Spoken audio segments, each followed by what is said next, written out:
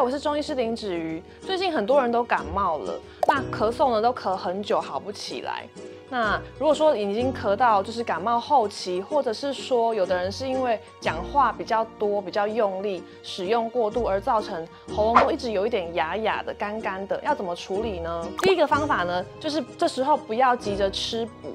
好像是一些麻油鸡、姜母鸭、羊肉炉这些大家比较熟悉的。那另外还有一个呢，有的人可能会想说要喝姜茶来保养一下喉咙，这也是不对的哦。因为你喉咙这个时候呢，已经是处于一个比较干，我们说是阴液枯竭的状态。这时候如果你又给它一个比较燥热，有点像燃料的东西下去，它可能就会从虚火变成实火。那第二个呢，要注意的就是不要吃冰的。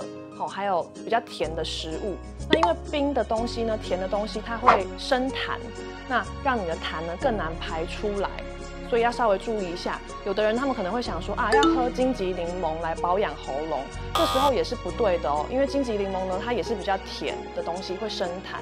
那第三个呢，就是要多喝温开水，这个大家应该都知道。